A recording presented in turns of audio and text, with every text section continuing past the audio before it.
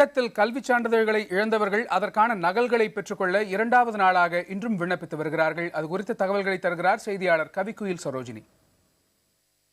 மழை வெள்ளத்தால் பாதிக்கப்பட்டு தங்களின் பள்ளி கல்வி சான்றிதழ்களை இழந்தவர்கள் நேற்று முதல் அதன் நகல் கோரி விண்ணப்பம் செய்து வருகின்றனர்.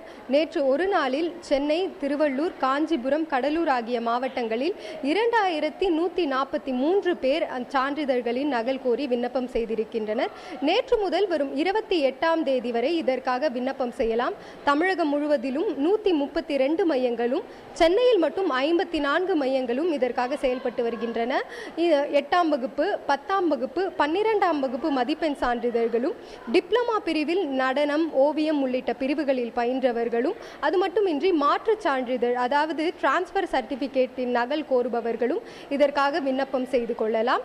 இவர்கள் அனைவருக்குமே இந்த விண்ணப்பங்கள் ஏற்றுக்கொள்ளப்பட்டு இன்னும் ஒரு வாரத்தில் விண்ணப்பத்தின் அந்த சான்றிதழ்களின் நகல்கள் கிடைக்கப்பெறும் என பள்ளிக்கல்வித்துறை சார்பில் தெரிவிக்கப்பட்டிருக்கின்றது. 28ஆம் தேதி வரையிலும் விண்ணப்பம் செய்யாதவர்கள் அதன் பின்பும் பள்ளிக்கல்வித்துறை இயக்குநரகத்துக்கு நேரடியாக விண்ணப்பம் செய்யலாம் எனவும் தெரிவிக்கப்பட்டிருக்கின்றது.